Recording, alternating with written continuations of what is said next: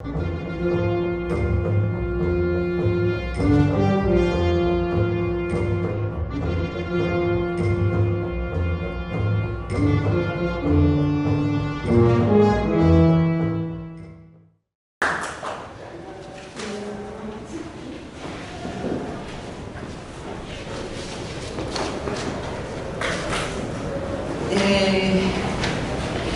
les traje unos memes que no puedo proyectar, que no tengo laptop, pero si nos quieren circular, nada más son como ejemplos de algunos puntos que me parecen esenciales.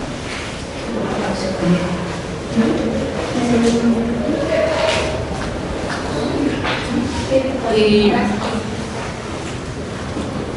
como primer punto yo quiero mencionar el EZLN, que fue la primera resistencia, fue pionera en Internet, antes de la creación de las redes sociales.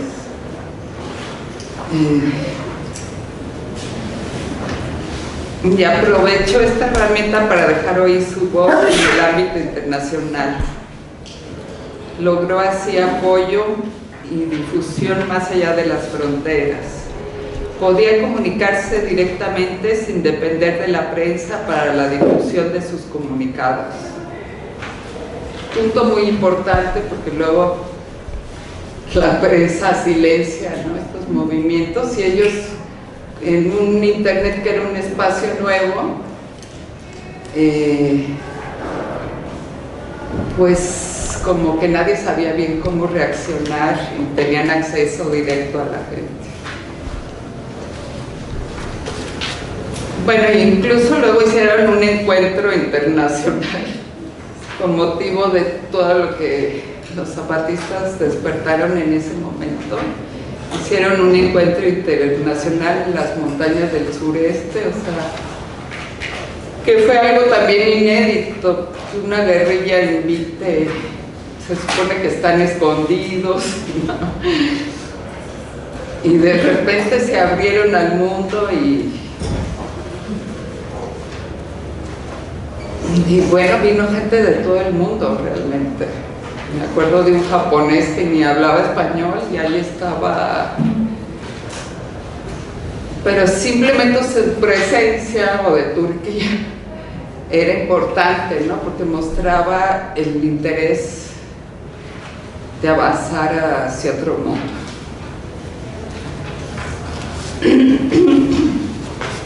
Y bueno, ya con la creación de las redes sociales se detonaron muchas más resistencias frente al modelo hegemónico neoliberal, que por la amplitud de Internet resulta imposible de abarcar en su totalidad, pero se han destacado similitudes en diferentes puntos. Entre las características de estos movimientos se percibe una tendencia a la autogestión y crear nexos de manera horizontal, una increíble velocidad a la hora de difundir algunos acontecimientos relevantes para intervenir en el momento. Se toma en cuenta que intervenir rápido ayuda a que la maquinaria hegemónica no esconda hechos, reprima la información o tome medidas en contra de los afectados. La generación de acciones para poner en la práctica las ideas plasmadas en las redes. Un compartir sin cesar, sin importar la lógica de los derechos de autor. Y una gran capacidad por reinventarse continuamente a sí mismo.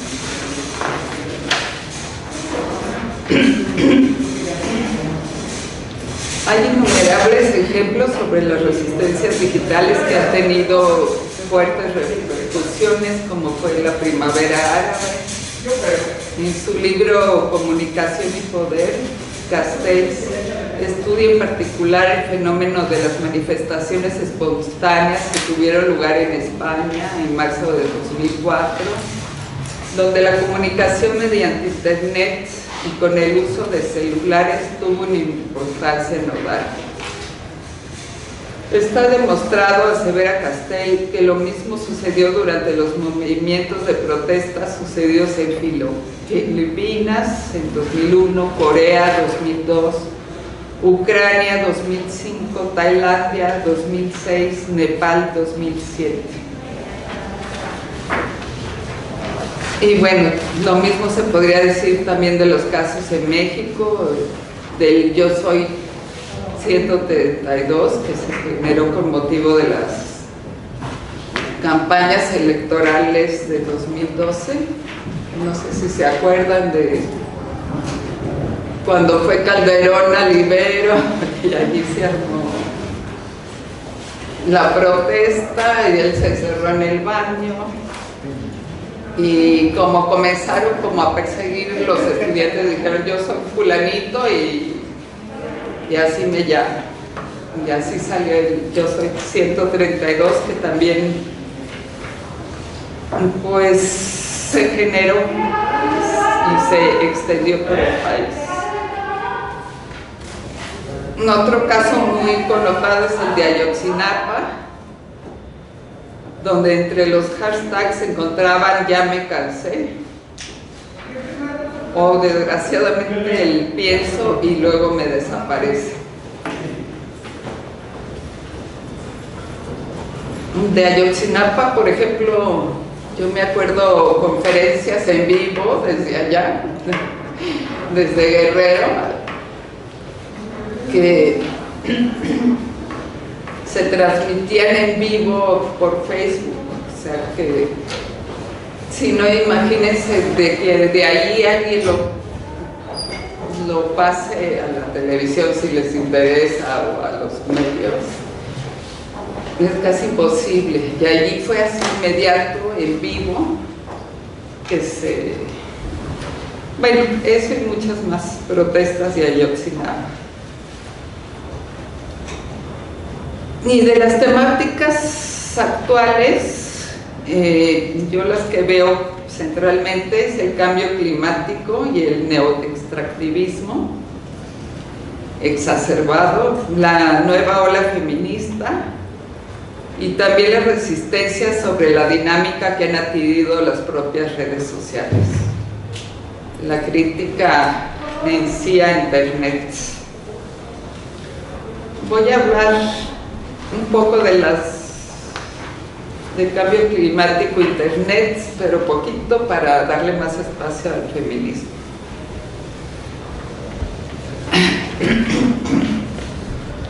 Estamos sumergidos en un grave problema de cambio climático cuyas consecuencias son notoriamente visibles en la actualidad, y de seguir en la misma dinámica los efectos serán devastadores a muy corto plazo. En este capitalismo globalizado, un puñado de enormes empresas multinacionales se van apoderando de todos los recursos y servicios para comercializar. Monsanto y Nestlé, por ejemplo, en el ámbito agroalimentario, esencial para la existencia, y otros gigantes en otros rubros, van creando un sistema económico cada vez más opaco con el propósito de extender su poder financiero por todos los confines de la tierra.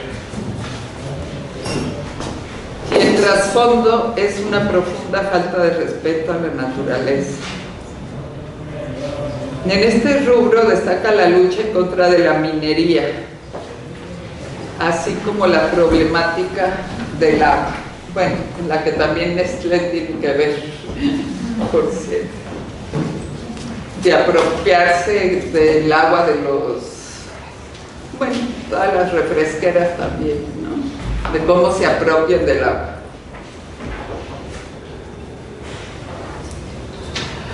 Y ahora con el cambio climático, pues sí está muy grave el asunto. En ese sentido hay muchos movimientos, hay todo un movimiento que se llama el M4 de minería en América Latina, y se van asesorando unos a otros, dan información.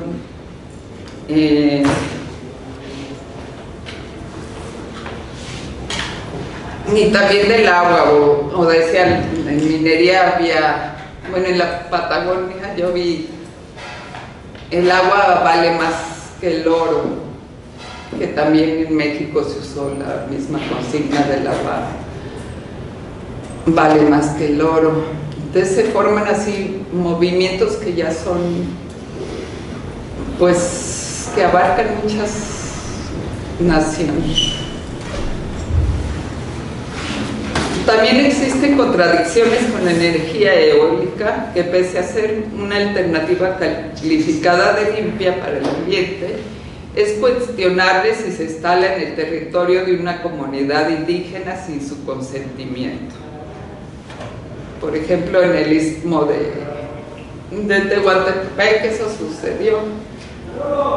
Y lo peor es que no solo les quitaban las tierras, sino que además ni les iban a dar la electricidad. La electricidad era para una empresa transnacional. A esto se suman manipulaciones de fachada de las empresas para declararse ecologistas, o sea, el acudir al greenwash. Ese es más o menos el aspecto de cambio climático y nuestro activismo. Sobre el lado oscuro de Internet está la permanente vigilancia y la venta de datos personales afectando cualquier privacidad. Como advierte Assange, cito, Internet es nuestro espacio porque lo usamos para comunicarnos entre nosotros, con nuestra familia, revelando lo más íntimo de nuestras vidas. Así que de hecho nuestras vidas privadas han entrado en una zona militarizada. Es como tener un soldado bajo la cama. Acaba de decir. Sobre esta problemática de la privacidad también Chomsky señala: nada tan ambicioso fue jamás imaginado por los profetas distópicos que describieron sombríos mundos totalitarios. No es poca importancia que el proyecto sea ejecutado en uno de los países más libres del planeta y en radical violación de la Carta de Derechos de la Constitución. La versión normal que recibimos es que el objetivo primario de esta política es la seguridad y la defensa contra los enemigos. La policía debe procurar la seguridad de la autoridad estatal y de las concentraciones del poder doméstico y defenderlos contra un enemigo temido, ahora que es la población nacional. Aquí Chomsky sí recalca como del Estado que tiene que defender a la población, luego resulta que la población es el enemigo a vigilar, ¿no? Y así nos hemos convertido paradójicamente en el enemigo número uno del Estado con el simple hecho de ser ciudadanos.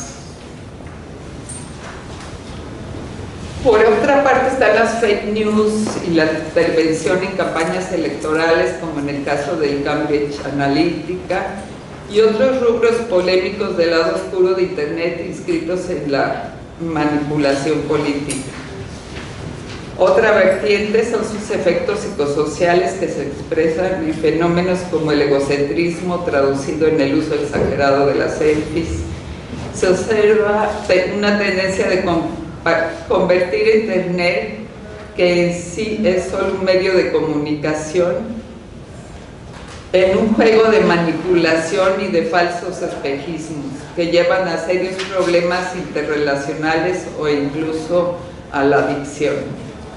Resulta así paradójico que un medio cuya función primaria pareciera ser la comunicación pueda acabar sitiando la interconexión y aislando a los sujetos. De eso hay, bueno, muchas referencias de críticas a las selfies continuas, o sea, más que un movimiento en sí. que yo haya encontrado como estructurado. Siento que de varias partes sale pues toda esa cuestión de internet. Y bueno, justamente también toda la cuestión de Wikileaks y Assange, que es una dura crítica al internet, que justamente, bueno, fue liberado Assange hace poco. Eso es un buen logro. Se batalló mucho, muchas protestas se generaron. Ya que estuvo 14 años, pues no encarcelado, tuvo 4 años en una cárcel británica y el resto en la embajada de Ecuador, pero pues estaba allí sin poder salir, ¿no? También era una prisión.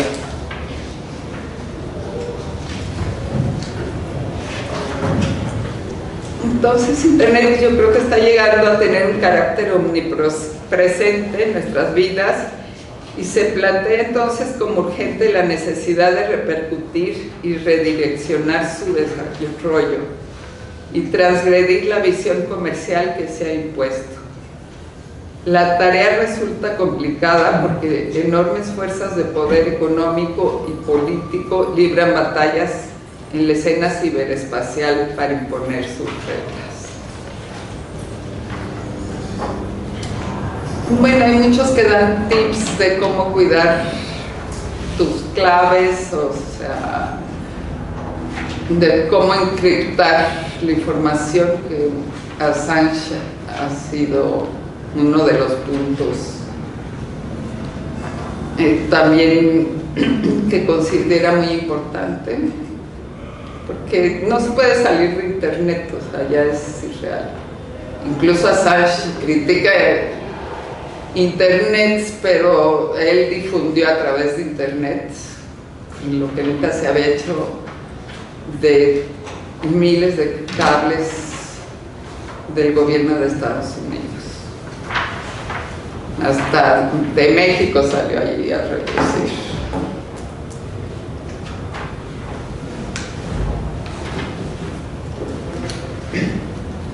Que fue en la embajada de Estados Unidos que se decidió que Calderón fuera presidente.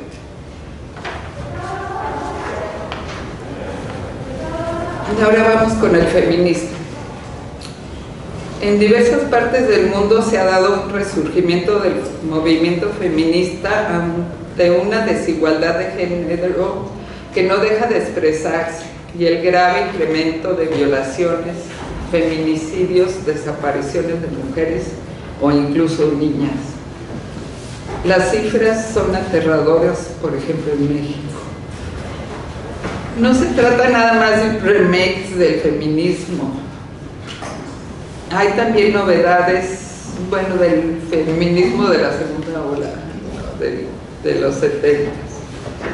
Hay también novedades y detalles que habían sido normalizados desde una visión costumbrista y que ahora resultan inaceptables. Entre ellas, la función de cuidar, adjudicada a las mujeres como responsabilidad natural y sin valoración alguna de la dura carga que ello significa.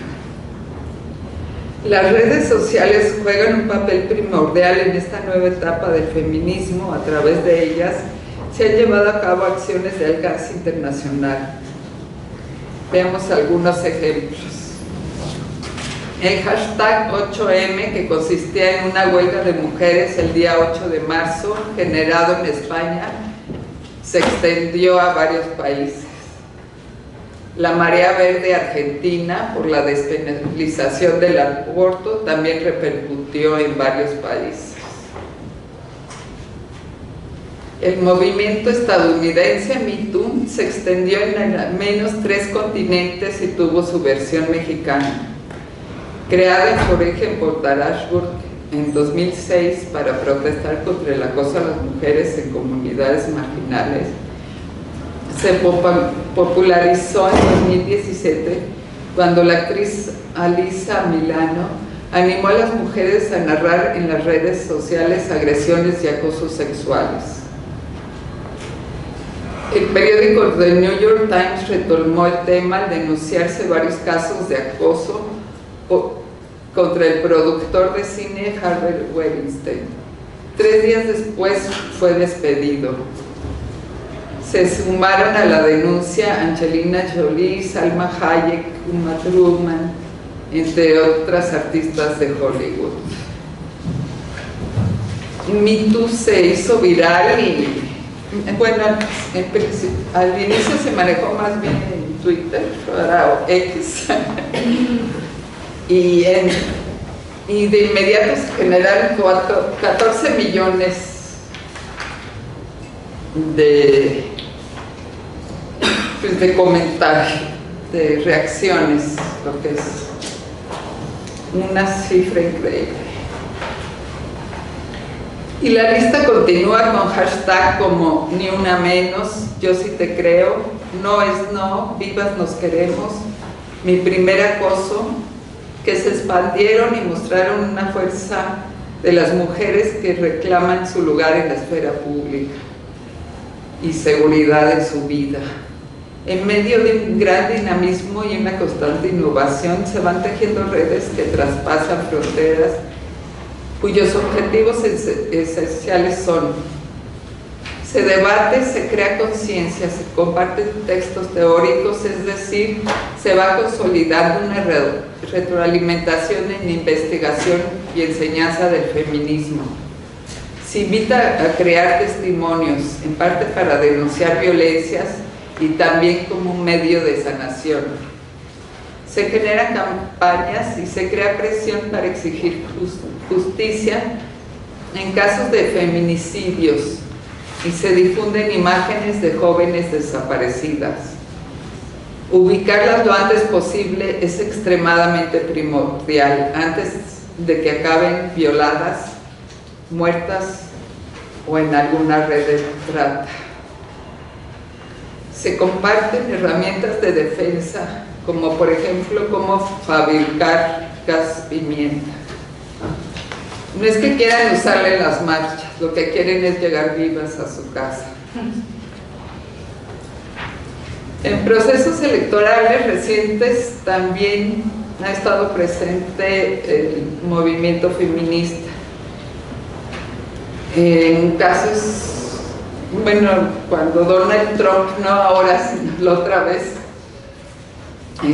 estaba en su campaña y ante su gran desprecio hacia las mujeres, eso hizo que salieran a hacer campaña en su contra. Feministas de todas las edades, ahí por ejemplo está la reaparición de la activista y filósofa Angela Davis. Y se hizo viral su frase que dice: no estoy aceptando las cosas que no puedo cambiar, estoy cambiando las cosas que no puedo aceptar. Angela Davis también, bueno, no, esa parte, pero también estuvo metida en el movimiento Black Lives Matter.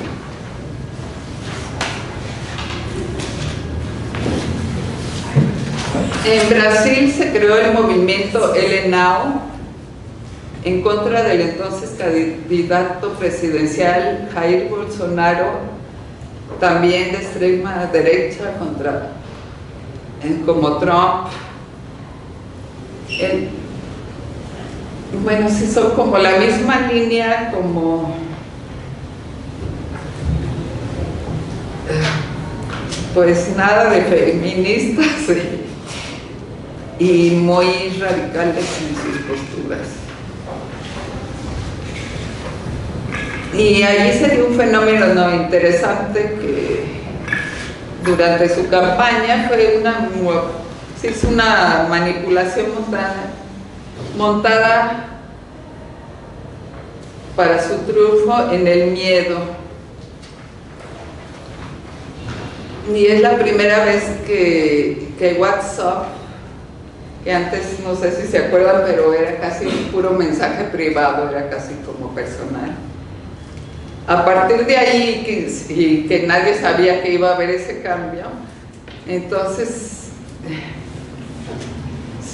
ahí se comenzaron a pasar fake news y mensajes en cadena que uno no entendía por qué mi amigo tal me manda este mensaje, si él me lo manda a de ser cierto. Y así fue la campaña de Bolsonaro.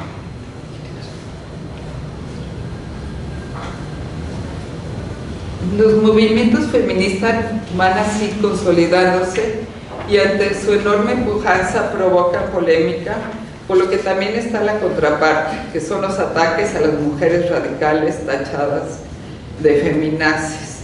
Y en ese rubro no intervienen solo los bots y los trolls en contra de espacios digitales feministas.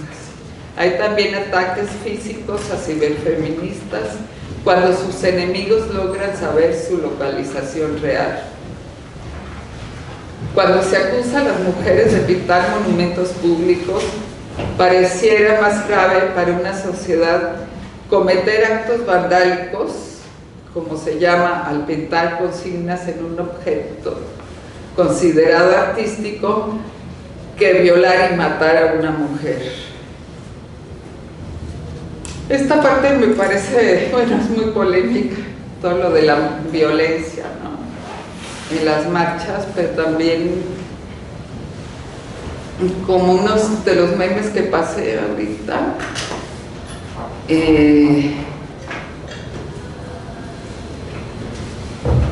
pues destacan eso, es que son feminicidios, tal vez ya lo hemos normalizado porque ya hay tantos que ya hay ya hay dos más en el día, ¿no? Es algo terrible. Hace poco vi en Italia todo un movimiento en las redes y había como en 6 meses, creo que era como 5 feminicidios y era un escándalo. Y aquí ya, o sea, como que ya se rebasó el límite. Y qué mal y cómo mancharon los monumentos. Yo trabajé en museos, o sea, amo el arte, pero nadie decía qué mal que hay tantos feminicidios. Eso deberían de destacar las noticias.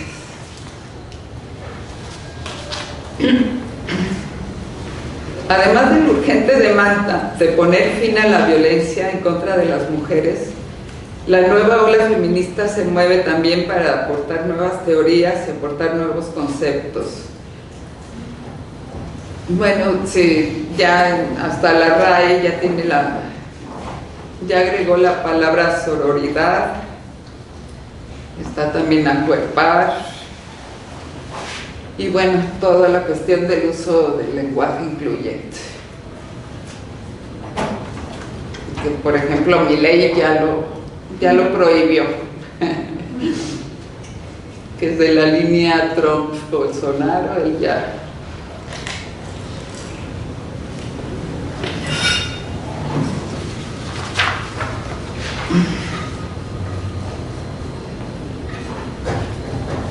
También es generar proyectos para crear comunidades colectivas, bolsas de trabajo y trueque en las redes sociales.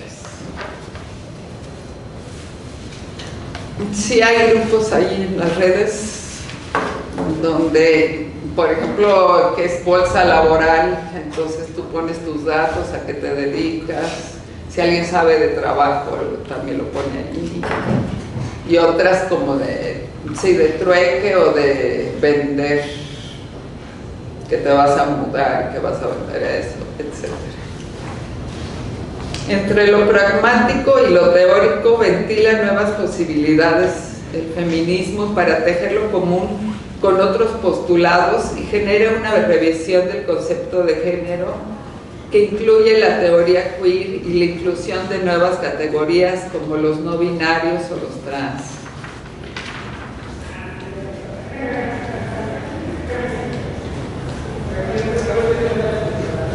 la actual fase del neoliberalismo tiene una marcada direccionalidad hacia la muerte. El acelerado incremento de la violencia se ha convertido en la opción ante quienes se oponen a la depredación constante generada por motivos lucrativos, e incluso la violencia es en sí un negocio que florece con ejércitos privados. Es una resistencia que se arma, como señala Butler, a partir de una vulnerabilidad exacerbada por las condiciones político-sociales que llevan a ser más endeble.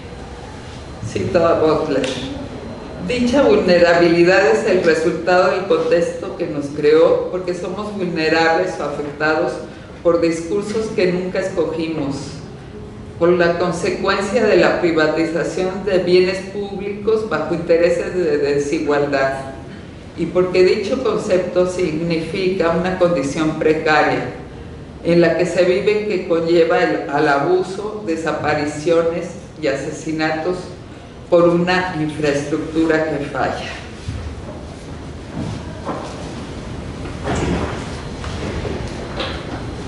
Y también, o sea, luego hay problema con eso de que si somos vulnerables, si nos victimizamos, pero yo creo que también es ver en qué contexto está uno, porque siempre como se maneja mucho el neoliberalismo, que hay que ser resiliente y hay que ser fuerte, y entonces, pero si te tienen en condiciones desiguales, es como muy tramposo ese discurso. Entonces a mí sí se me hace bueno hablar de vulnerabilidad. Toda esta realidad que recrudece las desigualdades también ha propiciado el incremento del discurso del odio, que es palpable en las redes sociales mediante el uso de símbolos y que de mil maneras figura y circula con la intención de discriminar, humillar, juzgar, excluir y alentar la violencia. El problema es que, como genera polémica, a las empresas de Internet les genera ganancias, porque es un motivo más para permanecer en su red social y comentar, dar más likes. Detectar y aislar el discurso del odio se vuelve pieza clave para frenar la espiral de violencia. No es entonces casual que haya puntos de encuentro entre los distintos movimientos y se dé, por ejemplo, el fortalecimiento del ecofeminismo, corriente representada, entre otras mujeres, por la hindú Vandana Shiva y la keniana Wangari Maathai. Mutis mutandis, la lucha de los pueblos originarios también se empalma con el respeto a la naturaleza, o incluso son inseparables, como sostiene la indígena brasileña Sonia Guajajara, o no sé cómo se pronuncie, que montó un movimiento para defender el Amazonas luego de una serie de incendios, al parecer intencionados.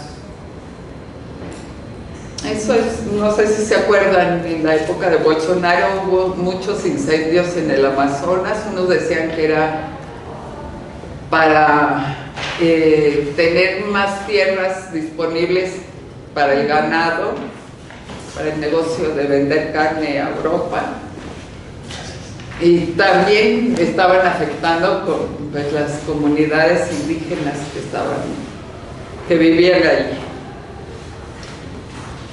Pues resulta que Sonia, ahora con Lula, se convirtió en la primera indígena en formar parte de un gabinete en la historia de Brasil, y está a cargo es ministra de los pueblos indígenas.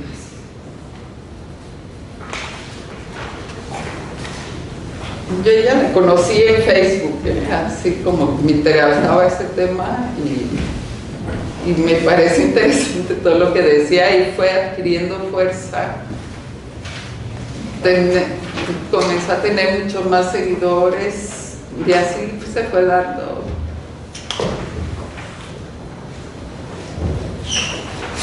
su caso.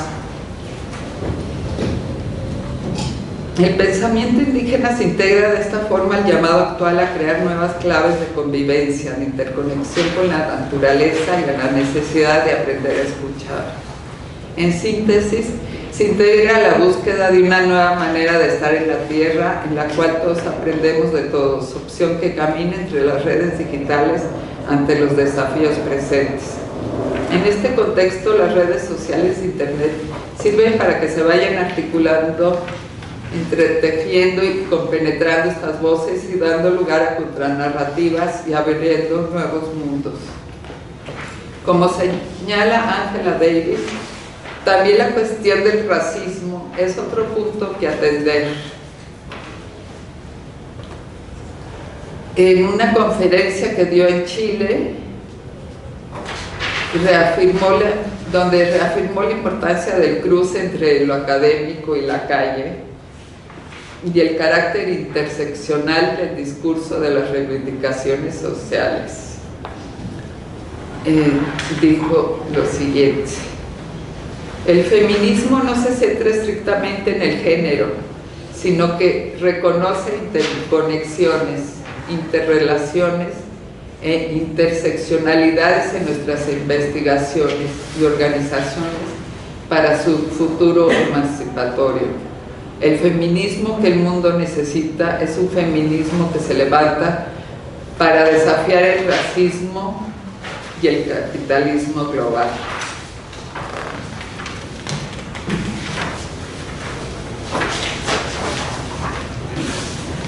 Pues hasta allí voy a dejar la lectura.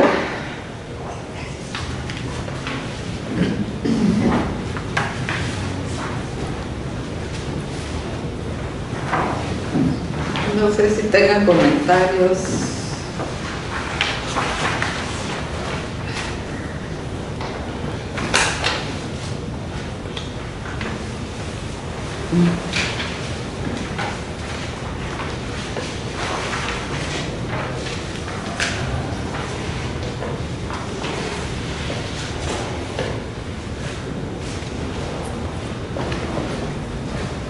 Bueno, hay otros que no me detuve mucho, como ese de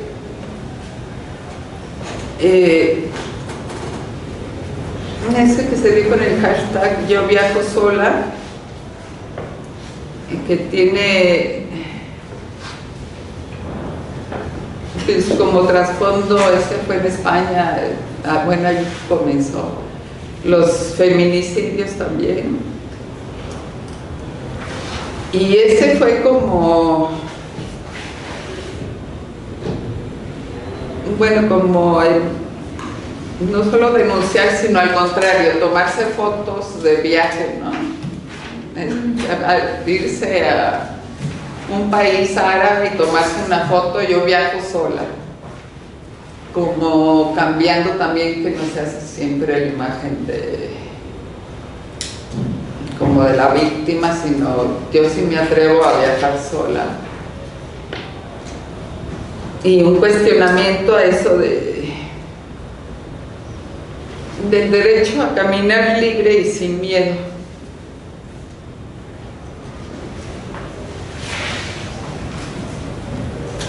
Y también preguntándose como cuántas mujeres hay que ser para viajar, ¿no? Que luego preguntaban, bueno, ¿cuántas? Una mujer tiene que viajar por lo menos 5, o ¿cuántas son? O tiene que ir a fuerza con un hombre, porque si no es como que ella está provocando el acoso sexual, el feminicidio. Y muchas van en ese sentido de cuestionar. Y hay muchos logros, bueno, en Argentina sí se logró la despenalización del aborto en 2018, o sea, todo ese movimiento de la marea verde sí llegó a algo.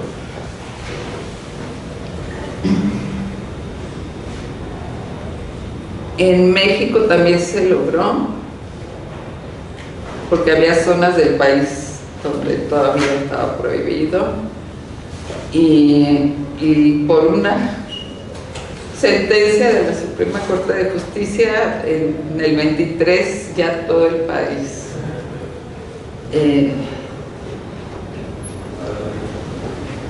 pues se admite el aborto.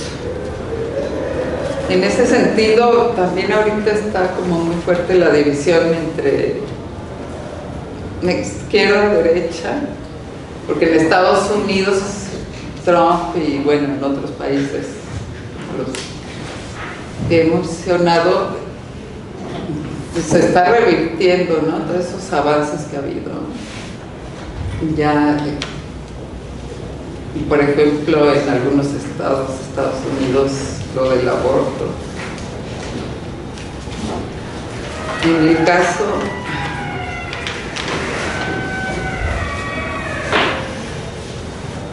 de México yo creo que también hay avances.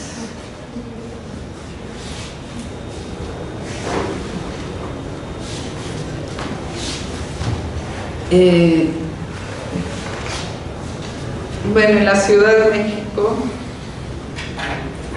pasó una ley para que las mujeres que son víctimas de violencia en el hogar no se tengan que salir de su casa, porque siempre la lógica fue crear refugios de mujeres que tienen que huir del esposo, y el esposo muy tranquilo se quedaba en su casa, ¿no?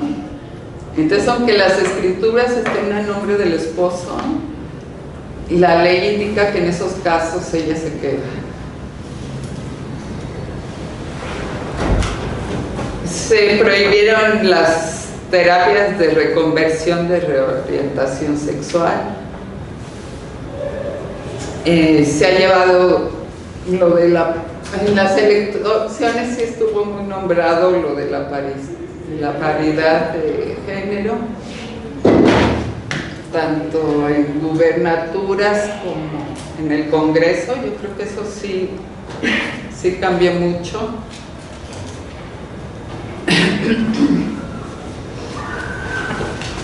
Y bueno, hoy se nombró, va a haber una nueva Secretaría de Mujeres el próximo gobierno, que va a ser el Citlali Hernández, según se dijo. Y hay cosas que siguen sin resolverse, pero ya se habla más de algunos temas.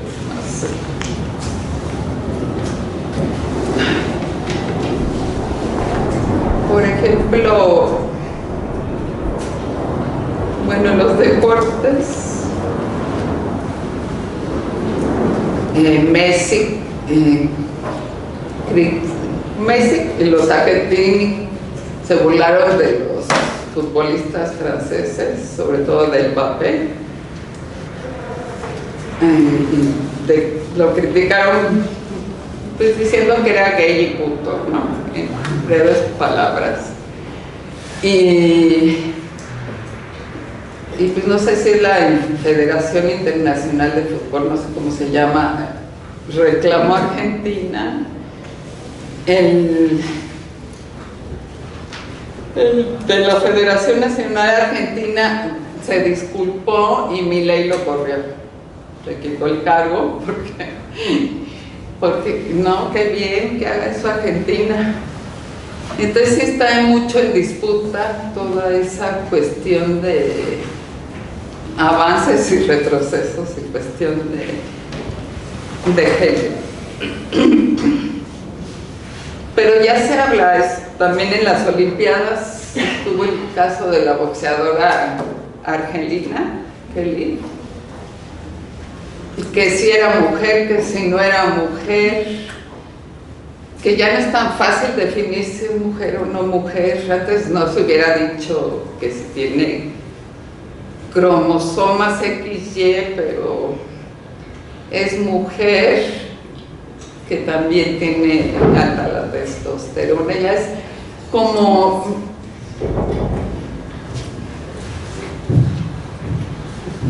pues ya que se hable de la cuestión ya es algo distinto. Y ahí también Musk, Trump hablaron mal de ella. O sea, toda lo que es los liberales radicales. Y yo también entiendo, porque sí, obviamente tiene más fuerza. Si hay deportistas mujeres que dicen no nos metan a los trans, pero ella no es trans. Pues porque sí, nos van a ganar, ¿no? Se van a llevar todos los premios por una cuestión de fuerza.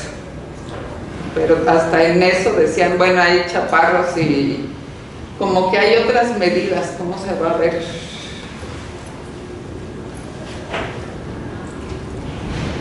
Digo, puede haber basquetbolistas muy buenos en un país donde la mayoría de la gente es chaparra, pero pues están fuera de lo internacional por una cuestión de estatura. Hasta dónde esas cuestiones, bueno, da mucho a discutir. Yo creo que también es lo de ahora del feminismo, que es mucho abrirse, escuchar, discutir, incluir y sí, abrir, que hay otras maneras de pensar muy diferentes y que es necesario ser más amplio. Oye, y en relación con la judoka, era judoka, ¿no? No, ¿Era judoka? No, la judoka fue la mexicana que ganó. A la que ganó, entonces la que estaba en cuestión, ¿qué era? Boxeadora. Ah, boxeadora. Ah, entonces, ¿tú qué opinas? ¿Cuál es tu posición al respecto? Pues sí entiendo algunas. Hay una tenista que está en contra, así, que dice, bueno, hay que ver por qué a las trans van a estar jugando con las mujeres. Sí, porque esta chava no era trans. Esta no. Entonces, no, pues está bien. Pues está bien que le hayan dado el triunfo. Noqueó a la, o sea, en 20 segundos noqueó a la otra. Sí. Le fractura la nariz. Y dijo que, pues, que nunca había sentido tanta fuerza. La mexicana una vez se había encontrado también a la argelina y también se acabó noqueada de volada. Bueno, no noqueó a la italiana, la verdad. Pero la otra se sintió así, hasta aquí, pero ni fue a dar al piso.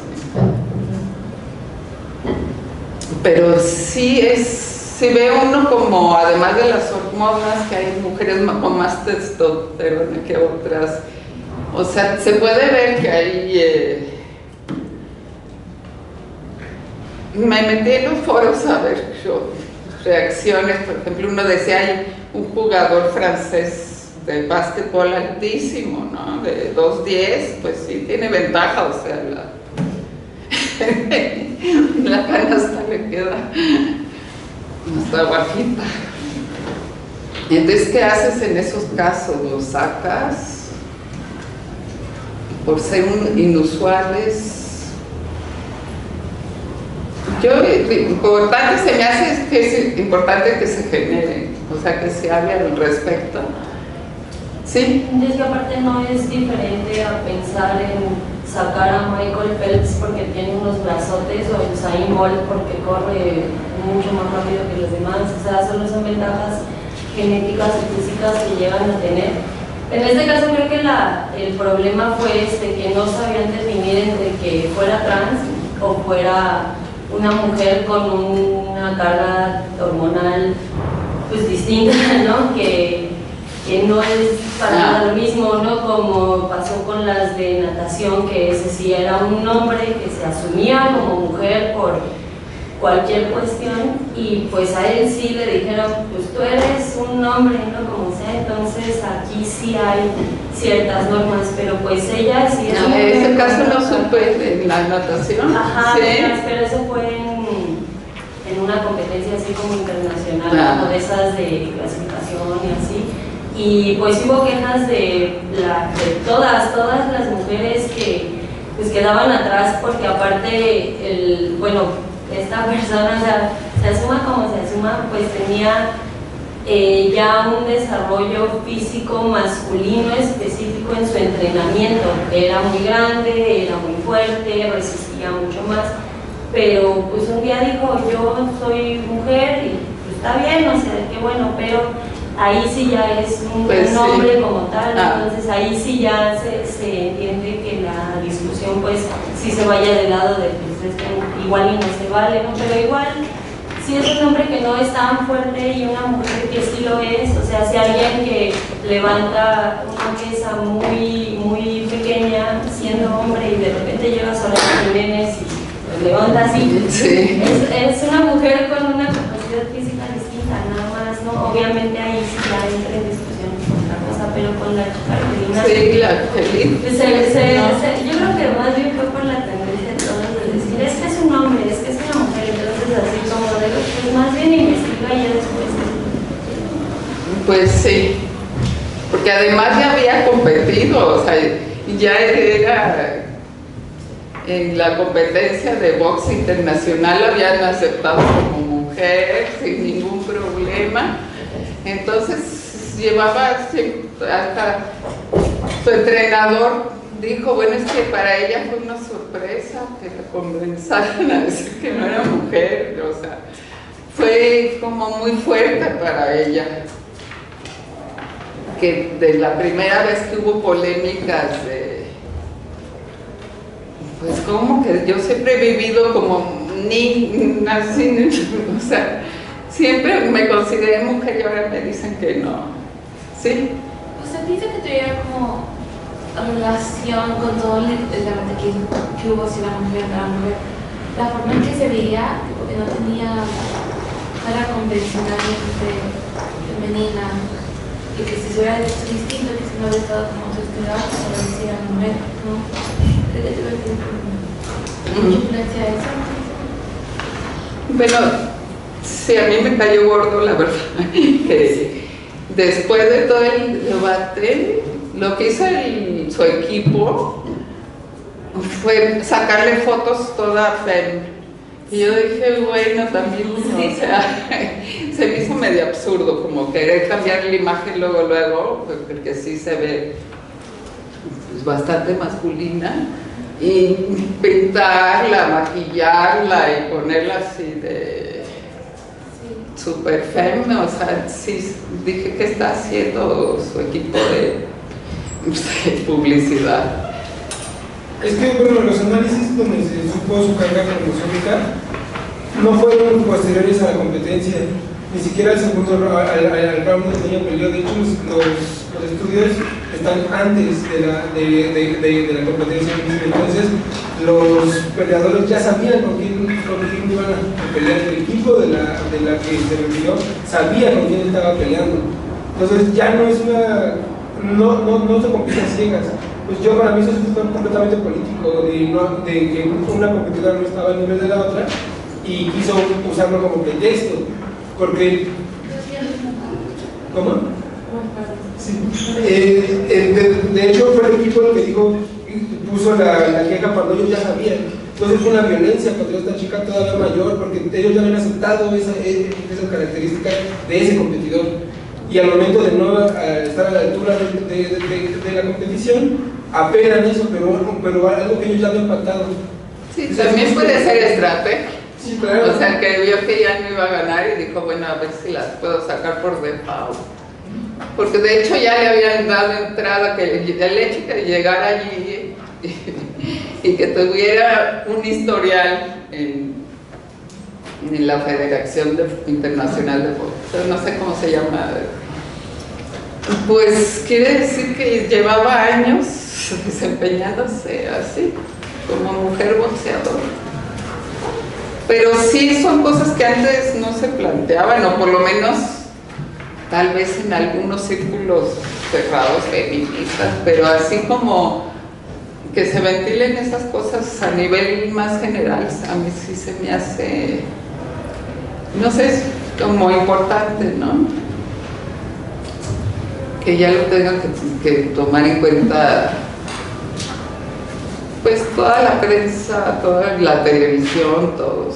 Claro que también juegan con eso porque es lucrativo, pero yo pues creo que sí son casos, bueno, que sí, yo creo que justamente esta nueva ola feminista se destaca por toda esa posición de preguntarse sobre el género otra vez, ¿sí? Sí, creo que eso es como más bien, porque no es la primera vez que pasa que una mujer no blanca es disminuida y discriminada de deportes. Ya había pasado con Caster Semenya en el 2009 en el atletismo.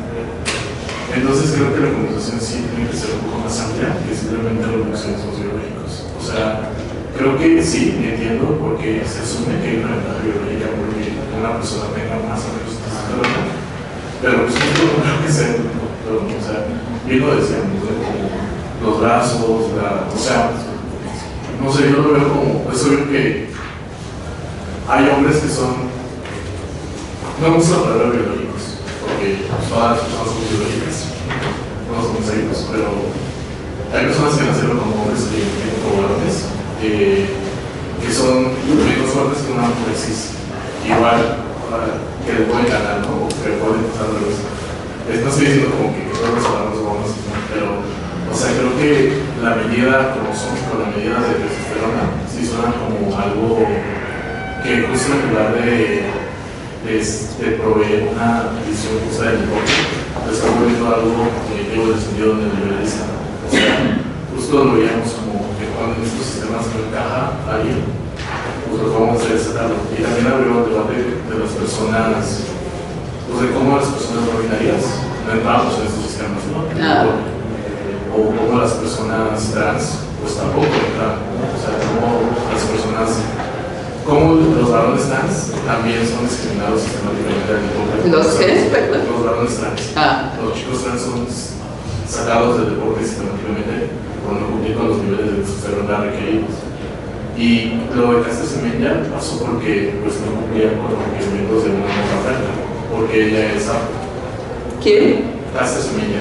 Fue una. ¿De dónde es ella? Es africana, pero no lo puedo ver en el país. Lo desconozco, pero es afrodescendiente. Y fue sacada del Mundial de Atletismo del 2009, justo por no cumplir los niveles de testosterona. E igual le tuvieron que hacer análisis cromosómicos. Y todo fue un problema porque primero manipularon los resultados, luego salió que sí. O sea, esta conversación, aunque parece nueva, pues no lo es tanto. O sea, y justamente repercute en este momento de la salud. Sí, también puede tener, como tú dices, un ingrediente de racismo, ¿no? Una argelina, la otra también africana. O sea, que es lo que me gusta de Angela Davis, que también ve esa parte de... Sino que justo también ese fue un juicio que se le hizo a la competidora argelina, que no tenía el hijab, o no usaba la burka, o no se le veía como ni siquiera, o sea, como esta visión que tenemos como muy estereotipada de la mujer musulmana. Entonces, no sé. No traía su hijab. Bueno, pasó en el tenis con una... ¿De dónde era? Creo que era la turca, que su país se negó a que jugara porque como que no iba a usar velo. O sea, sí, son cuestiones muy fuertes. Entonces sí fue una presión de varias tenistas ya a nivel profesional que la apoyaron y que tenía que ella jugar como fuera y tapándose las piernas, pero que la querían dentro de la competencia. Entonces sí se la están como ventilando más, están dando más estos casos. Que ya en sí a mí me parece, pues, que hay que sí que seguir adelante porque sí también hay quienes se asustan de todo esto y quieren como retroceder. pero yo creo que sería interesante, bueno, que sí hay, yo creo, seguir en las redes como presionando y creando conciencia sobre todos estos temas. Y sí hay muchos casos, bueno, sí en las Olimpiadas sí es.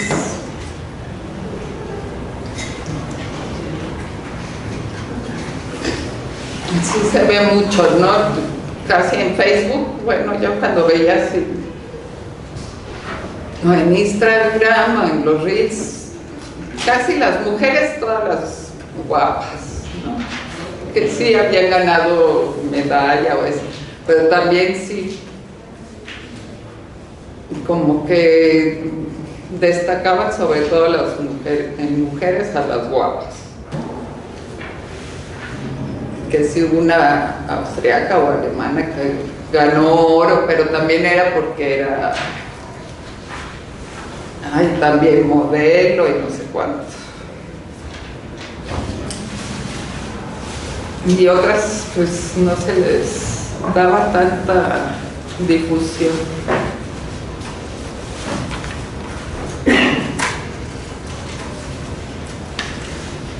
Y en general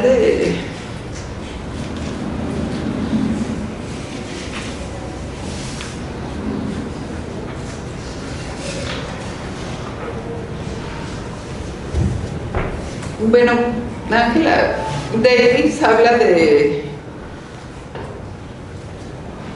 justamente dice que como el feminismo de los 70s, que una de sus frases fue, bueno, sus lemas de ese feminismo fue: en lo personal es político, que tuvo muchos aportes, pero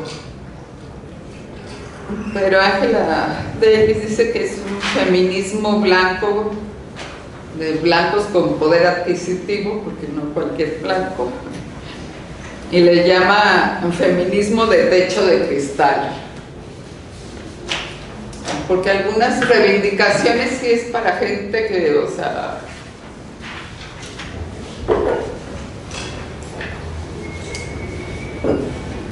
Ángela, que no viene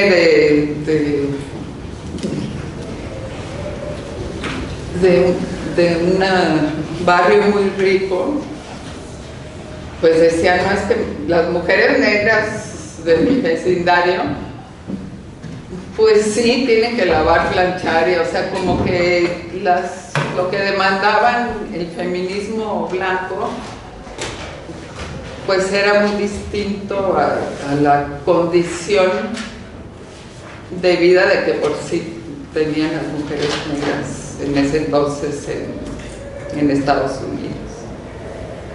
Entonces también hay que matizar todas esas cuestiones.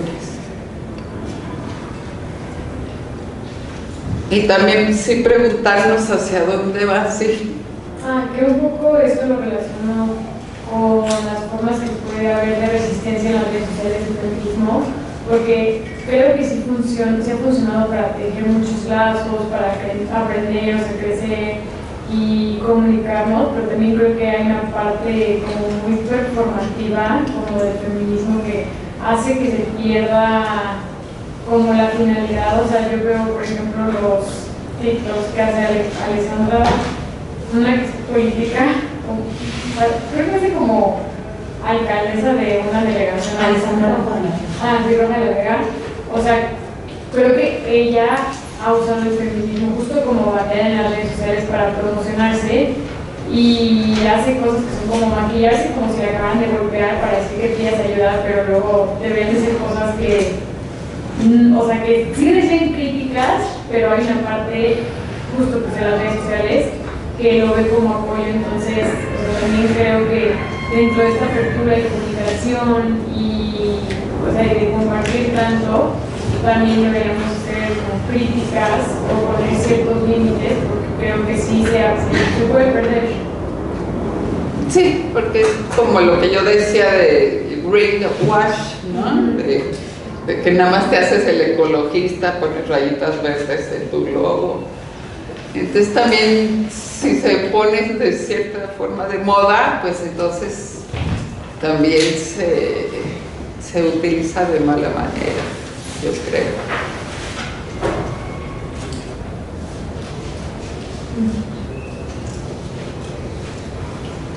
Y sí, se ha puesto como, por un lado, ya menos, ¿no? Porque antes ya había como más, no sé, digamos, como que era más masivo eso de pensar que sí la mujer necesitaba tener un espacio. Pero ya con toda esta nueva derecha que está muy fuerte, ya está cambiando, ¿no? Que incluso Estados Unidos, que había tenido siempre un estándar de los derechos de las mujeres, y eso ya está viniéndose abajo. Y eso es muy interesante. Y yo creo que también eso podría estar fomentando más feminicidios, porque habrá hombres que no les gusta que las mujeres estén adquiriendo, no usar tanto poder en esa lucha entre dos extremos. Pero sí se está... Bueno, también hasta la apertura de las Olimpiadas, no sé si la vieron, que hubo críticas.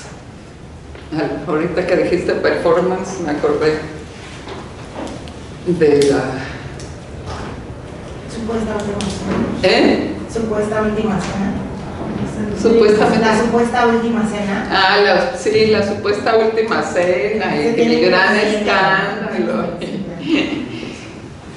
Entonces también hasta Turquía, que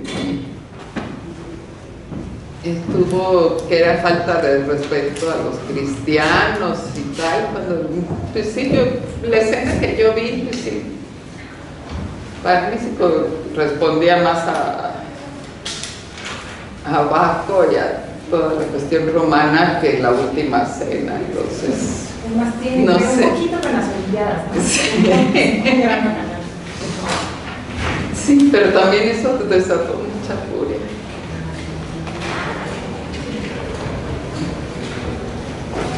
Y de internet, pues sí hay muchas cosas que cambiar. Yo creo que sí hay que estar al pendiente hasta dónde nos vigilan, todo lo que entra, o sea, estar conscientes de cómo se mueve uno, estar ahí pendiente de buscar, renovar herramientas. Yo creo que hay mucho que crear, mucho que estar continuamente inventando. Y de veras pasa de todo. Estaba leyendo de Ucrania, hay una Legión Internacional de Defensa de Ucrania que tiene una unidad de drones Valkyria, y un argentino se fue ahí a Kiev, que allí está dura la crisis en Argentina, entonces se fue allí porque él es gamer y maneja los drones. Entonces él pues, nada más está en su compu, muy cómodo, echando bombas desde ahí, desde su centro. Y hasta le menciona en la entrevista que le hacen, no, es que vénganse para acá, aquí se trabaja bien, se gana tantos dólares y... Se bombardean muy bien. Se bombardean muy bien. Y dice, ya, aquí ya no se necesitan soldados, se necesitan gamers, gente experta que ha estado en las máquinas y tiene esa velocidad para... Es muy fuerte, ¿no? Mariclor, ¿qué pasa? No, yo te iba a preguntar, dijiste que Julian Assange estaba como dando consejos para cómo protegerse de la vigilancia de Internet, ¿no? ¿Y qué consejos dio? Bueno, mucho de encriptar los mensajes, ¿no?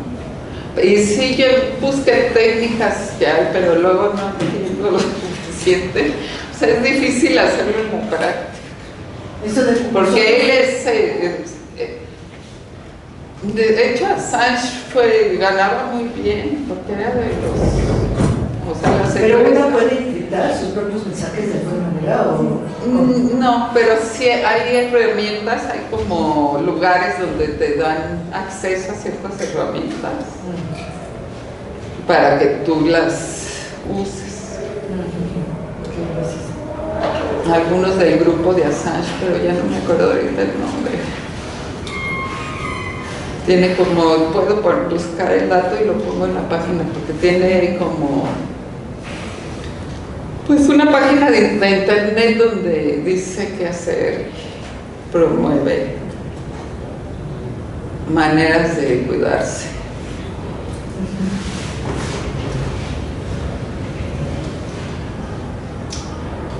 Hay este documental en Netflix creo que se llama, no red social, el problema de las redes o algo así, y tienen como algunos tips así, o sea, más allá de entrar a esos foros para que te enseñen a editar, como nosotros de día a día, hacer cosas como nunca darle clic a algo que te sugiere. Entonces, todo buscarlo tú. Si el algoritmo te sugiere algo, no usar ese link, cositas así.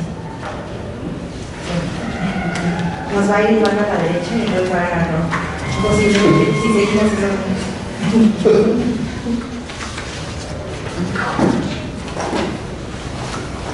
Pero me imagino que hay plataformas en donde lo aplicas, por ejemplo, se llama la de Edu, Academia Edu o algo así. Yo creo que no hay nada fuera de eso. A menos que no esté en deep web ya metido en cosas terribles, no creo que haya algo fuera de estos algoritmos.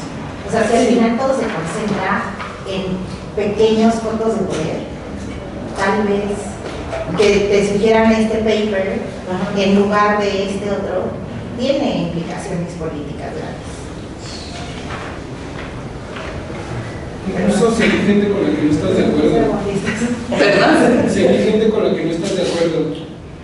De hecho, igual en un documental en Netflix, una programadora de Google recomienda seguir gente con la que no estás de acuerdo. Así haces que tu algoritmo se diversifique, que no te guíe siempre a lo que tú ves, con lo que tú piensas, sino que sigas gente con la que no estás de acuerdo para nada, para que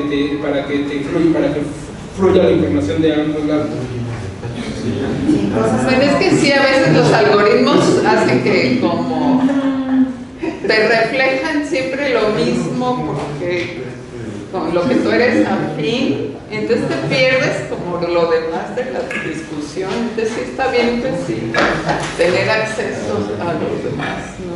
Sí, pero si no se convierte en un soliloquio, o sea, pues sí. Hablando yo y mis amigos, ¿no? O sea, es que padre, pero pues como resistencia no, porque no conoces la posición del otro, ¿no? Y es muy peligroso porque en los debates formales te acaban sacando cosas que dices, ahora esa no me la sabía, y si estás preparado para esos argumentos, puedes generar argumentos, ¿no? y procedimientos pero es muy difícil porque el algoritmo te manda siempre a lo mismo, entonces tienes que estar tú mismo buscando, tú ser tú mismo motor de búsqueda.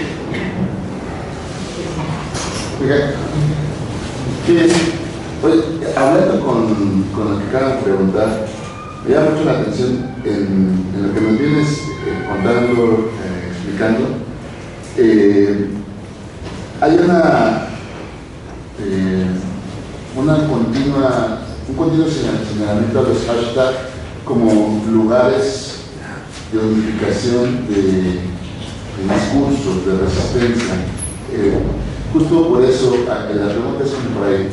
Los hashtags pueden ser como el método fácil para integrar discursos, para movilizarnos en red y hacer reconocimiento de ciertas cosas. Eso es lo primero, ¿no? La primera pregunta es la que te hago. Pareciera que el hashtag puede tener un sentido positivo, que es el que pareciera que tú estás explicando, ¿no? Y en ese sentido habilita esas formas de enunciación habilitan a las resistencias, ¿no? Y las han utilizado muy bien muchas resistencias que mencionas, ¿no? Pero en otro sentido, como decía el compañero de allá, ahora no tengo el nombre, ¿qué tanto, y esa es la otra pregunta, qué tanto el hashtag no está también atravesado, lo que decían ahora, por unos algoritmos que también cierran la visibilidad del público que no está ambientado en eso y se quedan con cierto? Se quedan en ese soliloquio de las personas que ya reconocieron y en última instancia no llega a convertirse en ese enunciado transformador o que invita a la lucha, ¿no? Esas son las dos preguntas que me gustaría. Yo creo que sí ayudan las etiquetas, las hashtags, para que si te interesa un tema, llega rápido a él, ¿no? Si es efectivo. Y sí, un poco o sea, como el Me Too, que fue 14 millones de gente opinando, no lo puedes dejar a un lado, aunque no estés a favor de Me Too. También es como que hay que crear tal grado de presencia que es imposible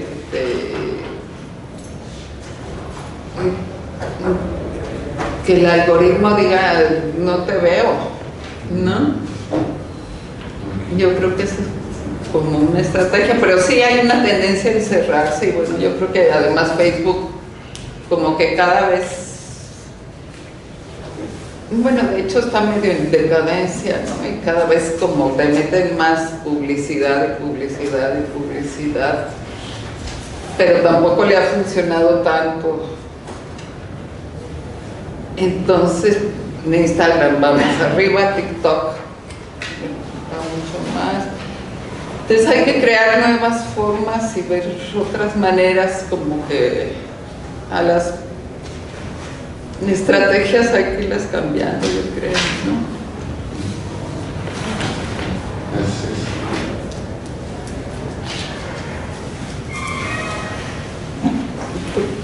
Sí. Es que desde hace rato me llamaba la atención que pareciera salir de nuevo la discusión sobre la neutralidad de las ciencias, la tecnología. En este caso del Internet, pues incluso Manuel Castells, que he citado hace rato, él habla sobre la neutralidad del Internet, de la informática, como un medio, un espacio, gris, en el que tanto el blanco como el negro pueden transitar. Pero pareciera que es necesario preguntarnos si la tecnología, la ciencia, sí tiene un carácter neutro y que posibilite espacios auténticos, porque el Internet surge como una necesidad de innovación del capital para mantener sus ritmos de reproducción. Entonces, quizá, no quiero decir no lo usemos, solo quiero decir que podríamos repensar este tipo de cosas, y también tiene que ver con la discusión que había sobre los Juegos Olímpicos, en el que la teoría y la práctica liberal construyen un sujeto político, un individuo, a través de argumentos pseudocientíficos, ¿no? Pseudoconcretos. Entonces, pareciera que es importante discutir eso. ¿Qué te parece? Sí, yo sí creo que es importante tratar de mantener la neutralidad como principio en la red, pero que no es, o sea, no se puede ser totalmente imparcial. Pero sí se requieren reglas, ya se ha visto, ¿no? Pues tanto fraude, tanto financiero que hay, sí tienes que poner ciertas reglas, aunque haya neutralidad, pero para que, o sea, porque hubo el tiempo muy abierto del Internet, más anónimo, luego después de las Torres Gemelas, incluso estos movimientos que habla Castells son antes de las Torres Gemelas, ya lo como que cambia un poco. Pero sí es necesario ciertas reglas, nunca van a ser perfectas para que se desarrolle. O sea, buscar sí cierta neutralidad. ¿Qué es lo que dice Musk, no? Que a Trump lo habían corrido de Twitter, entonces él compró Twitter y ya invitó a Musk y ya todos, aquí caben todos, ¿no? señalándose como muy, como que aquí muy neutral en todos los discursos, pero más bien está así apoyando a un grupo de derecha en sus comentarios, porque además sus comentarios pues tienen mucho peso, porque digo, puede hacer que una empresa pierda sus acciones en la bolsa, se vengan abajo por un comentario de 3 líneas de Musk, ¿no? Hasta lo han sancionado, hasta eso, también la bolsa de Estados Unidos ha intervenido y lo ha sancionado, ha tenido que pagar multas, porque si no le pones fin a esto, sí, lo obligaron a comprar Twitter. Sí.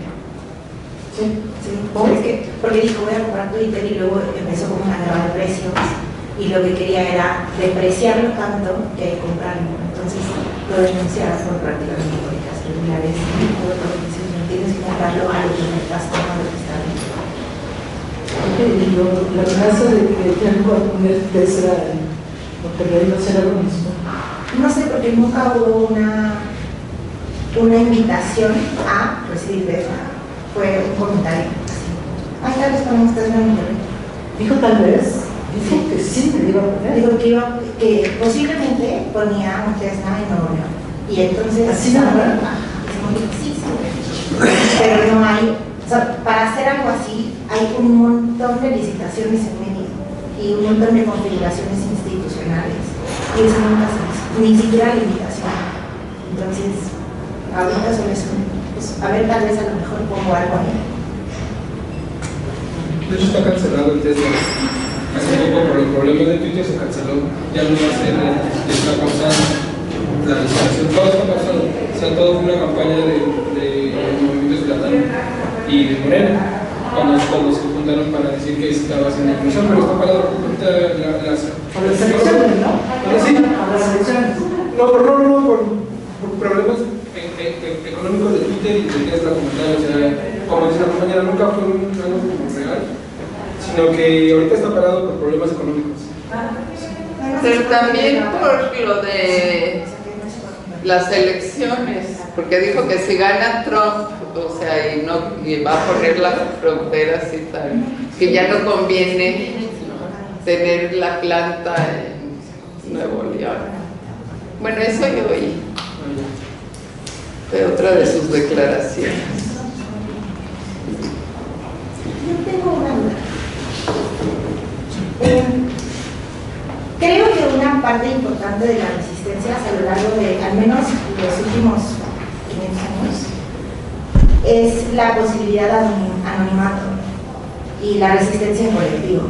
¿Y cómo cree usted que podría configurarse nuevas resistencias si algo que han hecho estas tecnologías es justo quitarnos el derecho al anonimato y a la privacidad? No importa si estás en esas redes o no, ya estás dentro de algún tipo de algoritmo, ¿no? Como decía usted hace rato, no se puede uno salir de claro. Entonces, ¿cómo reconfiguras resistencias personales y comunitarias desde esta absoluta ausencia de privacidad, anonimato y lo que eso conlleva para crear redes? Sí, cambió todo totalmente, porque se fue del anonimato a que ya saben, o sea, saben todo sobre ti y si no, casi no te dan acceso, ¿no? Yo hasta a veces, o sea, hasta uso otro correo, no el mío, pero ya saben, o sea, ya saben que soy yo. Está usando su alias. Entonces sí, hay que ser como, yo creo que sí manejarse mucho más en colectivos, o sea, como también la seguridad está en el cuidado de unos a otros, ¿no? Yo creo que te pregunta Jessica, yo creo, digo, pienso en el ejemplo del 4N, que ahí lo que contó, a pesar de que todo fue internet, el 4N ya saben, ¿no? Lo de Madrid, la organización de toda la gente, bueno, mucha gente de izquierda que se organizó cuando hubo los atentados en la estación de trenes. ¿Cómo se llama la estación de trenes? ¿Cómo? Atocha. Y a partir de eso surgió un partido que llegó a ser el vicepresidente, que es el partido de Podemos, que ahorita ya se fraccionó y tal, pero que fue un movimiento político importante. Y lo que pasó ahí es que se contó con el Internet, con la novedad y la velocidad. Entonces fue el atentado que movilizó a la gente ese mismo día, y vía Internet, en un día ya estaban organizando un nuevo partido, que estaban justo antes de las elecciones. De hecho, el atentado fue por las elecciones, porque estaba ahí en cuestión que si entra, que si no entra, en fin. Y entonces surgió Podemos y ganó Podemos, ¿no? Y esto no fue hace mucho. ¿Hace cuánto fue lo de Atocha? Ya no me acuerdo. 2003. ¿Eh? 2003. ¿3? Por ahí. No, ¿tanto? Sí. No puede ser, Dios mío. No sé si fue hace mucho. Pero bueno, quién sabe si las variables sigan siendo las mismas, ¿no? Pero tiene sentido que sea como algo orgánico e inmediato, que no da tiempo a que sea de alguna manera cooptado. Sí, al mismo tiempo, si no das chance de que sea cooptado, que es lo ideal, quitas posibilidad de penetración entonces son como unas cosas, pero sí tiene sentido que sea como muy inmediato, muy orgánico. Sí, todo tiene que ser y como pasar la bolita, ¿no? Me identificaron, pues te va a fallarle, que ya no sepan, como esas marchas que, bueno, en España pasó un tiempo que estaba, cuando apenas tenía democracia, que los manifestantes salían, protestaban, y la policía llegaba de volada, se metían al metro, volvían a salir en otra estación, ¿no?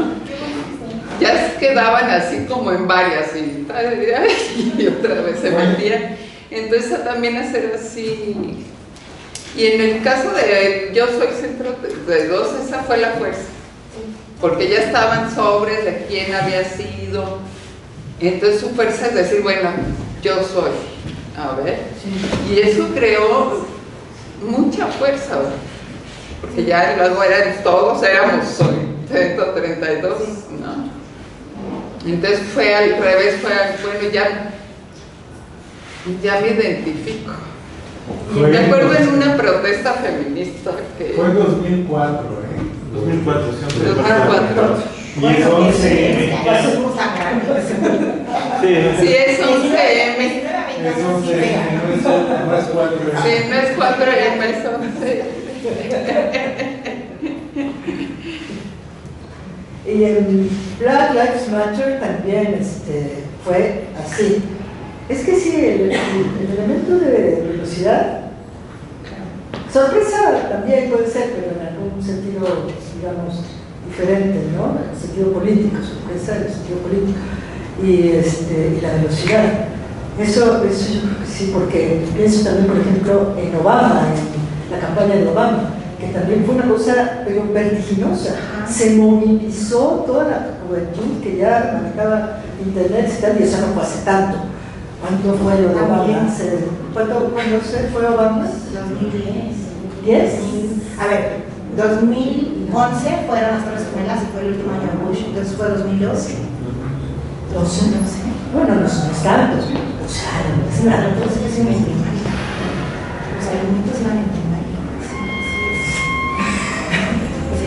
primaria. Sí, entonces sí, el elemento de las resistencias en internet debe contar con velocidad, ¿no? Y Sí, sorpresa. velocidad también te ayuda si tienes redes, ¿no? Porque si yo estoy con los padres de Ayotzinapa en la sierra, pues si tengo una red que ya como que arranque, el que corre el video rápido, ya facilita que salga. Pero típicamente esas comunidades tienen como mucho más armado, como modos de articulación, no post porque eran separados, sino más allá de internet, ¿no? O O sea, creo que eso es algo que nos La campana de días. la campana o los mensajes de texto o la radio del pueblo, o sea, y sí se activa. Sí. Creo que la bronca somos pues, nosotros, que no tenemos estas organizaciones colectivas, este respaldo, como esta cohesión social. Comunitaria, Sí, creo que es muy distinto tratar de resistir desde fuera de una comunidad, porque si algo ha sido muy claro es no sé, creo que algo que hace imposible la resistencia al neoliberalismo es que no solo estamos desclasados, también estamos desemantizando las resistencias de alguna manera. Entonces creemos ¿Cómo es eso?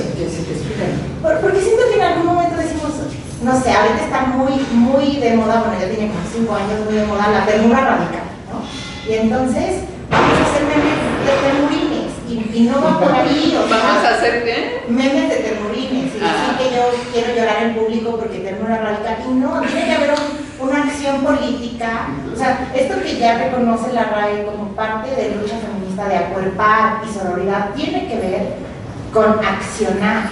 Y creo que parte de impedirnos accionar y estarnos, sí, como separando de este tejido social, es hacernos creer que podemos hacerlo desde solo la creación de contenido o el consumo de contenido. Y creo que ahí hay una trampa, porque creo que eso, creo que hay una trampa rara porque creo que eso importa. Creo que sí, crear esos contenidos o consumir esos contenidos te llevan a algún lado. Pero tiene que haber más. Y creo que en el tiene que haber más es donde nos perdemos para accionar y acuerpar.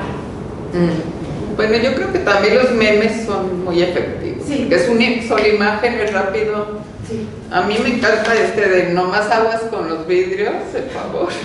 Sí, creo que eso despierta muchas conciencias políticas. En una sola, ya dices sí, como digo, no es. Bueno, y es importante que por eso están cortando el TikTok en varios lados, ¿no? Sí.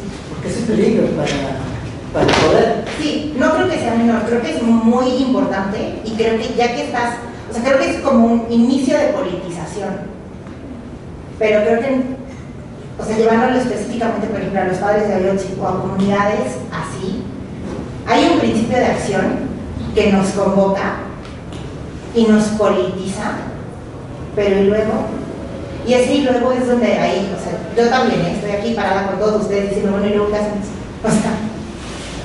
Pero yo tengo que... sí, perdón. Sí, yo te quería preguntar, ¿en qué medida crees que las ciberresistencias también han ayudado a entrenar a los algoritmos? Porque, por ejemplo, ahorita que decías de los hashtags, yo en mi trabajo hago monitoreo de tendencias y los hashtags han servido pues para muchas ciberresistencias, pero yo siento que la forma más fuerte del hashtag es como promoción comercial. O sea, por ejemplo, en los hashtags de TikTok, los que están hasta arriba siempre son hashtags que tienen pauta comercial, que son dinero de empresas.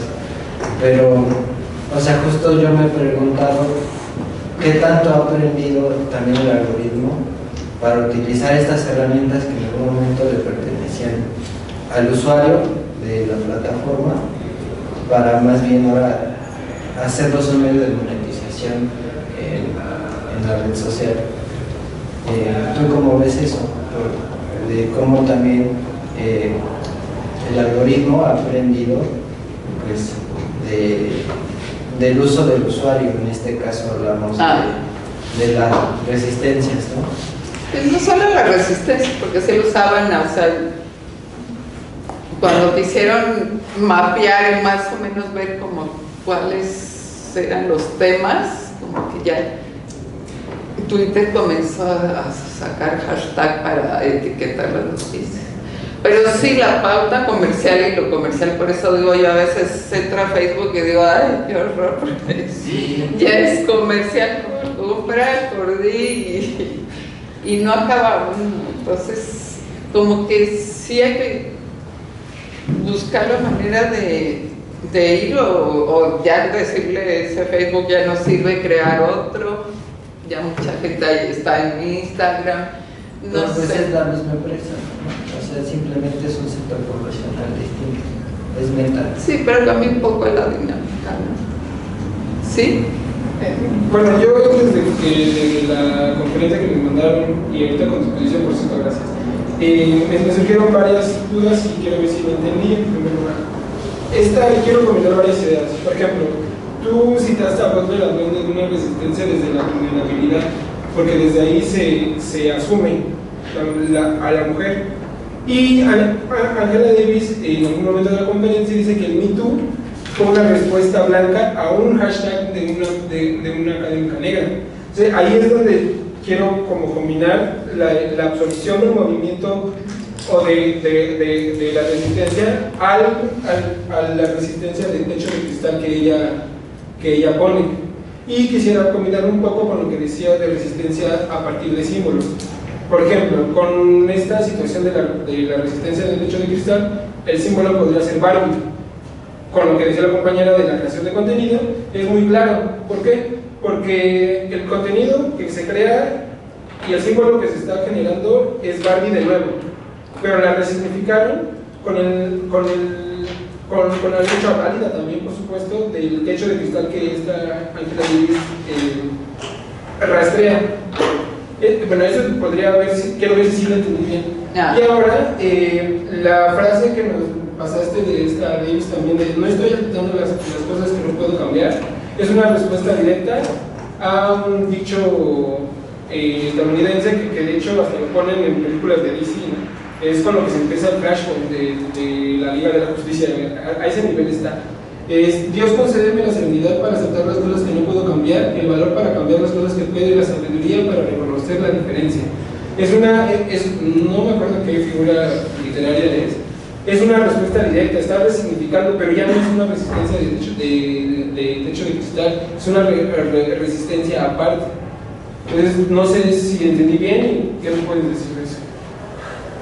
Bueno, es que lo del techo de cristal yo creo que lo ponía como para entender históricamente las diferencias y cómo se importan las cuestiones raciales, porque en la gran medida el feminismo de los 70 sí era como de cierto tipo, que hay que también entender que, o sea, que en Estados Unidos hubo una esclavitud muy fuerte y hasta el siglo, o sea, XIX, ¿no? Y cómo eso crea otro tipo de problemática para las mujeres negras, pero no creo que es para ya quitarle fuerza a ese movimiento, porque sí reconoce que tiene grandes logros. Yo creo que son cosas reales, que no está de definición de cosas irreales, como sea las preocupaciones que se ejercen en Barbie, son reales, ¿no? O sea, sí la acosan, sí la denigran, no, violencia obstétrica, ¿no? La película acaba con el ginecólogo. Entonces, es muy interesante esa parte, no es que diga que no es cierto lo que está diciendo ese tipo de resistencia, sino que responde a ciertos contextos. Claro. Eso quería ver si estaba entendiendo la verdad. Sí, nomás dice, hasta ella misma se autocritica, que dice en España, bueno, aquí vino ya la estadounidense a decirles, ¿no? Desde el imperio a hablarles de los españoles, porque ella negra, pero también al mismo tiempo estadounidense, ¿no? Pero sí les dice, bueno, nosotros hemos sido imperio, pero ustedes ahorita en el Mediterráneo sí tienen una responsabilidad frente a las migraciones. Sí, a mí me gustaría plantear un asunto que desde el semestre pasado me tiene intrigada, y es lo que ha pasado en México con que todas las millonadas de dinero que se gastaron en bots y en cuestiones de internet para desprestigiar no solamente a López Obrador, sino también a la campaña de Claudia Sheinbaum, y que los analistas, los expertos, digamos, en cuestiones de internet, dicen que no conocían, sobre todo uno que se llama Julián, bueno, es que hay tres Julianes, ¿no? Pero hay uno que es Julián Macei, creo, que decía eso, que él, que estudia eso desde hace muchos años, no conocía una campaña tan fuerte como la que hubo en esas fechas de la pre-campaña, cuando empezaron a acusar a López Obrador de narcopresidente, en fin, todo eso. Y sin embargo, las elecciones fueron pues, en el sentido contrario. Entonces, ahí, ¿qué nos dice eso del Internet? Es decir, estamos diciendo que el Internet es un peligro, no para México, sino para todo el mundo. ¿Qué pasa entonces en este caso? Que tal parece que sí se invirtieron millones como pocas veces, o más bien decían que como nunca se habían invertido en campañas políticas, y que no hayan surtido efecto según el dato de las elecciones. ¿Qué pasa ahí entonces con el Internet? A mí me queda la enorme duda, porque mucha gente dice que lo que compensa, lo que contrarresta, digamos, el contrapeso a esa derecha adinerada y que moviliza el Internet es la mañanera. Y yo me quedo siento que es poco la respuesta, es decir, si la mañanera a lo mejor el presidente no hubiera hecho lo que hizo y muchas cosas, pero ¿qué pasa entonces? No, yo no entiendo. México me resulta un enemigo. Sí, pues, sí, porque fue muy fuerte la campaña y ni así lo lograron. Pero yo estoy segura que también Morena invirtió muchísimo dinero en redes, o sea, claro. Sí, también de los dos lados. Y yo también digo, ay, ¿cuánto dinero? ¡Qué barbaridad! Mejor que, no sé, que den más bienestar. Sí, sí. ¿Sí? Yo creo que justamente hace rato, cuando se mencionaste un poco lo que hizo Assange, y decías un comentario, bueno, él filtró ahora sí que todo lo que tenía de información lo filtró por internet. Y creo que es bien importante no satanizar los medios que uno utiliza para hacer lo que sea que uno hace, ¿no? O sea, desde ver una película hasta hablar con la gente para, no sé, por lo menos cambiar opiniones. En este caso creo que tanto él como muchos activistas han estado usando los medios tecnológicos actuales de manera bien responsable, pero también, y siempre nos lo han dicho desde que se creó el Internet, porque además, bueno, hay muchos jóvenes aquí, ¿no? Pero a mí me tocó el Internet así, el inicio, a nuestra generación nos tocó el inicio del Internet. Entonces yo recuerdo mis clases de cosas de informática y eran cosas como, pero uno como usuario es responsable de las cosas que consume y que lanza al mundo, ¿no? Porque aparte no solo se queda en tu comunidad, no es hablar con tu vecina, ¿no? Es ya lanzarlo hacia afuera. Y justamente olvidar esta parte de que la polémica, por ejemplo, genera dinero, y si la polémica solo va a generarle dinero en los bolsillos de 1, 2, 3, 10 personas, pero no va a cambiar nada realmente en la dinámica social real, diaria, pues también pues no es culpa de Zuckerberg o de los rusos o de los chinos si alguien nace o no hace en internet. O sea, también hay muchísima censura, ¿no? O sea, a mí me sorprende que la gente esté diciendo cosas como, es que no me dejan usar el lenguaje inclusivo cuando cada quien lo puede usar como quiere, y eso ya es una dinámica personal. Y no censuran, por ejemplo, que no puedas usar adjetivos de alto impacto dentro de Facebook, ¿no? O sea, no puedes poner puntos sin que te censuren tu página, ¿no? Y lo puedes poner por muchas cosas, ¿no? O sea, sí cambia mucho esa situación. Entonces creo que también no hay que olvidar que es la responsabilidad de los usuarios de cómo lo vamos a usar, y si vamos a generar una forma, si no de resistencia, por lo menos de comunidad.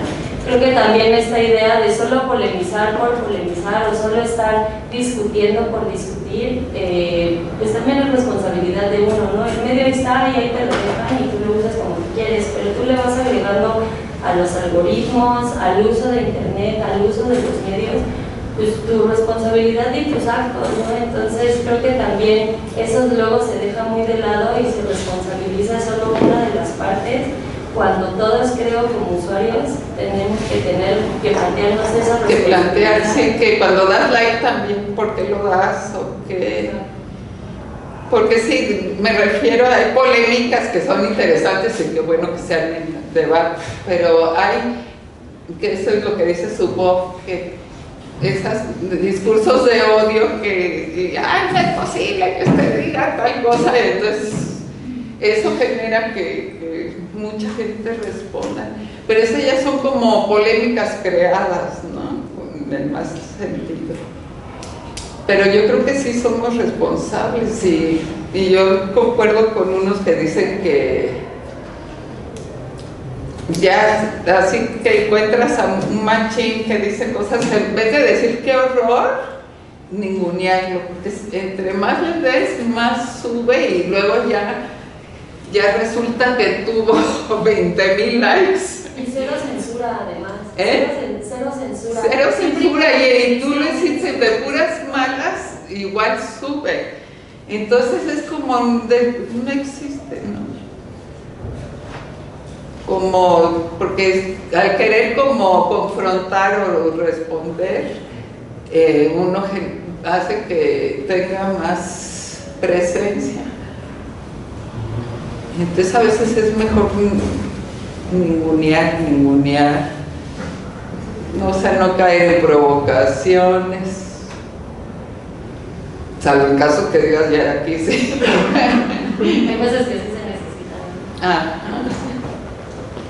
Pero también como eso que decían del anonimato y del yo soy 132 de identificarse, pues sí, cada vez es más responsabilidad que uno se tiene que identificar, ¿no?